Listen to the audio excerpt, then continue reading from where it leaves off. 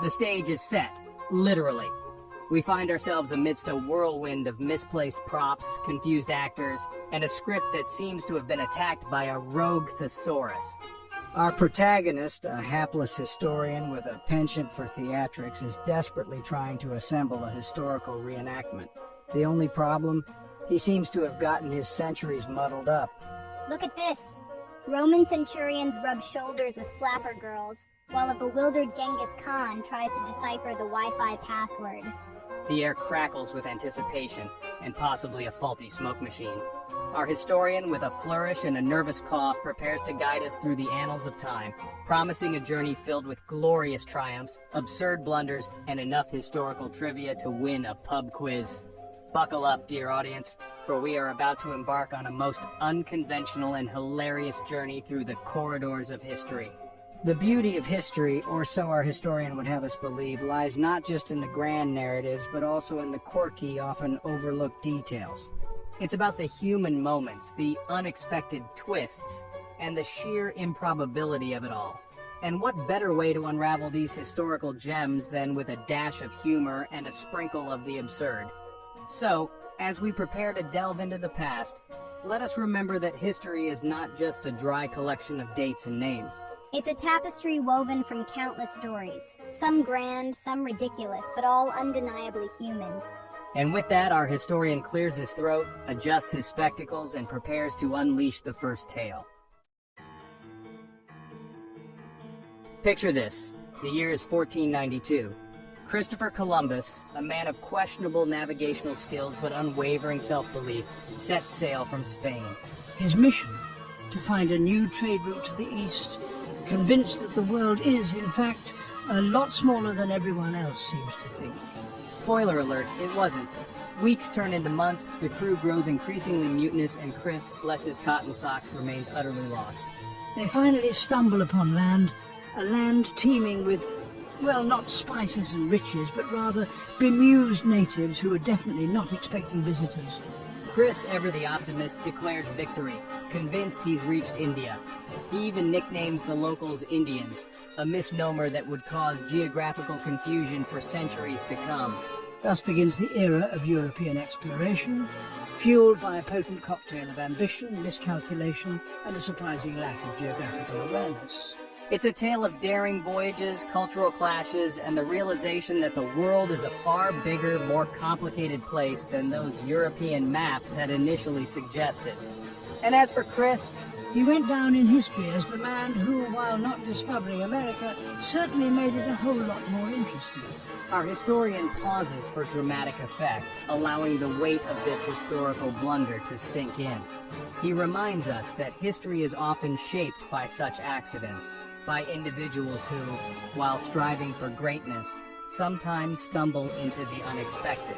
And in the grand scheme of things, isn't that what makes history so fascinating? Fast forward a couple of centuries and we find ourselves in the midst of a rather heated debate over tea. Yes, you heard that right, T. It seems the good old British Empire, in their infinite wisdom, decided to impose a few taxes on their American colonies. Now, the colonists, being a rather independent bunch, weren't too keen on this whole taxation without representation business. Tensions rise, tempers flare, and someone, we're not naming names, decides the best course of action is to dump a whole lot of tea into Boston Harbor. Thus began the American Revolution, a glorious, messy, and slightly chaotic affair that would eventually lead to the birth of a nation. It was a time of soaring rhetoric, fierce battles, and the forging of a new national identity. The American Revolution, our historian explains, was about more than just tea. It was about freedom, liberty, and the pursuit of happiness. It was about a group of people who dared to dream of a different future. A future where they could govern themselves and drink their tea, or not, as they pleased. And while the road to independence was paved with challenges, the spirit of the revolution lived on, inspiring generations to fight for their rights and strive for a more just and equitable world.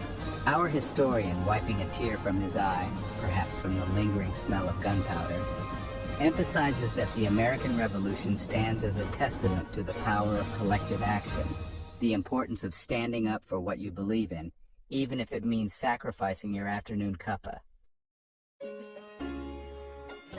Our historical odyssey now takes us to the shores of Japan, a land steeped in tradition, where samurai once roamed and tea ceremonies were elevated to an art form. For centuries, Japan had remained isolated, a closed society wary of outside influence. But the 19th century brought with it the winds of change, and Japan found itself facing a new player on the world stage, the young, ambitious, and slightly boisterous United States of America. Enter Commodore Matthew Perry, a man on a mission to open up Japan to trade. With his black ships puffing steam and bristling with cannons, Perry sailed into Tokyo Bay, much to the astonishment of the Japanese. It wasn't exactly a subtle first impression. Needless to say, the Japanese were caught off guard. They weren't quite sure what to make of these strange foreigners with their peculiar habits and insatiable appetite for whale oil. Thus began a period of awkward cultural exchange, diplomatic blunders, and the gradual integration of Japan into the global community. It was a time of great upheaval for Japan, as it grappled with modernization while striving to preserve its unique cultural identity. And as for the US, well, they got their trade deal, along with a newfound appreciation for sushi. The encounter between the US and Japan, our historian explains, highlights the complexities of cross-cultural interaction and the challenges of navigating a rapidly changing world. It's a reminder that even the most seemingly disparate of cultures can find common ground, even if it's over a shared love of trade or a good cup of tea, or in this case, perhaps a steaming bowl of ramen. As our whirlwind tour through time draws to a close, our historian presents us with one final, utterly absurd scenario. Imagine, if you will, a world where history's greatest treasures have gone missing. The Rosetta Stone has vanished, the Mona Lisa has disappeared, and the Declaration of Independence has, well, declared its independence. Panic ensues. Historians are baffled, detectives are stumped, and conspiracy theories run rampant. Who could have pulled off such a daring heist? Was it a team of highly skilled art thieves, alien archaeologists, time-traveling squirrels with a penchant for priceless artifacts? The answer, dear audience, lies locked within the chaotic mind of our hapless historian. He's convinced that a rogue group of historical reenactors, perhaps inspired by his own theatrical endeavors, are behind the disappearance. The chase is on. Our historian, armed with nothing but his wits, a magnifying glass, and an alarmingly detailed knowledge of obscure historical facts, sets out to recover the missing treasures. Will someone please explain to Genghis Khan how to use the coffee machine? Our historian takes a bow, basking in the imaginary applause. He reminds us that history, for all its seriousness, should also be a source of amusement, wonder, and perhaps even a little bit of absurdity. The answers to these questions and more will have to wait for another time, in another act, in the grand, ongoing, and utterly unpredictable play we call history. For it is in those unexpected moments, those quirky details, that we truly connect with the past and find ourselves marveling at the sheer improbability of it all. And with that final thought, the curtain falls, leaving us to ponder the mysteries of the past and the endless possibilities of the future. I can't stand these explaining. These are too much for me.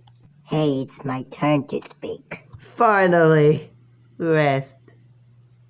Hey, Coconut, give me my trowel back. Never! Oh, there goes their work.